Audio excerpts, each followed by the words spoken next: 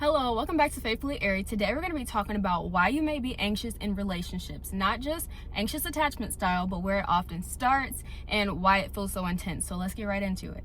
Being anxious in a relationship isn't just worrying, it's a constant state of what if. So like, what if he sees my flaws? What if I'm giving too much in this relationship? What if they cheat on me? What if they change and get comfortable in the relationship after a while? It's loving someone while constantly worrying on if the relationship is going to go left. And this is more than just a relationship. This can be a friendship. This can be an acquaintanceship. Whatever it is, you may be wondering, is it going to go left? Is this going to stick? Is something going to go wrong? Constantly worrying, did I say the wrong thing?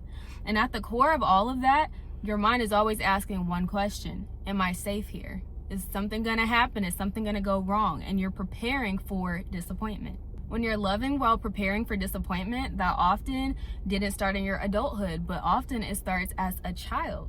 So for a lot of anxious people, it starts with your parents. So growing up, some days would have probably been warm and present. They might have been approachable to talk to, and other days they were probably stressed and distant, emotionally unavailable. So a lot of kids learn early on that they couldn't ask for certain things unless their parent was in a good mood. So instead of asking, they learned to check first with their expressions, their parents' expressions. They listened to their tone of voice. They paid attention to their energy. Maybe you wanted to go to a friend's house. Maybe you wanted to ask your parent to sign a permission slip so you can go, on a field trip. Or you wanted a ride somewhere. But if your parents seemed irritated or frustrated or seemed like they were in a bad mood, you didn't even ask. Why?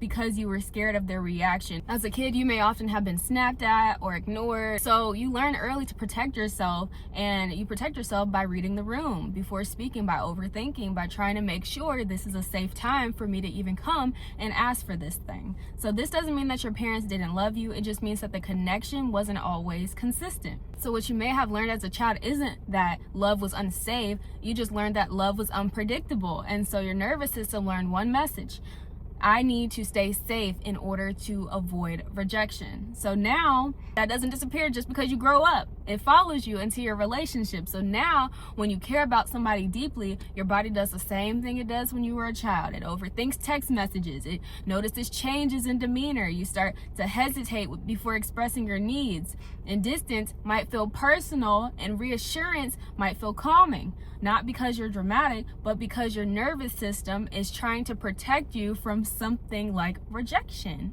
Anxious attachment isn't about needing love. It's fearing that it won't stay. So you're not afraid to love. You're afraid to be fully seen and then pushed away after you've been seen. So if you're anxiously attached, one of the most important things that you can practice is pausing before you seek reassurance from this person, right? So instead of immediately calling or texting or asking for reassurance from this person, you take your anxiety to God first. You pray, you breathe, you let yourself feel the rise and the fall of the situation without acting immediately. So this is how you teach your nervous system that I can be anxious and still be okay.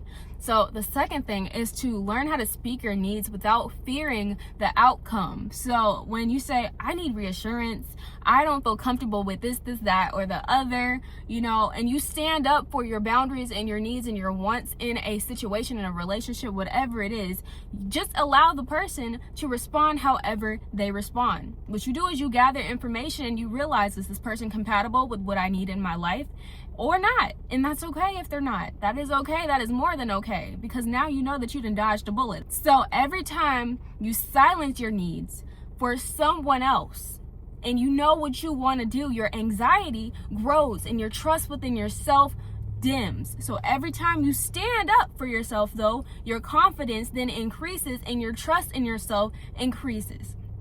So it's kind of like a domino effect. If you don't stand up for yourself, you don't trust yourself, and you're going to start to feel more anxious. If you trust yourself and you stand up for yourself, you're going to be more confident and you're going to be less anxious. So anxiety grows when you abandon yourself. Confidence grows when you stand up for yourself. And the more you stand up for yourself, the safer you start to feel in relationships. So I really hope that this video helped you. I pray that it gave you some insight and maybe dropped a seed in your mind of something that you can just think about, things that you can implement in your life. If it did, please like, comment, and subscribe. Stay tuned for more videos. Stay blooming, stay blossoming, and I will see you in the next one. Bye, guys.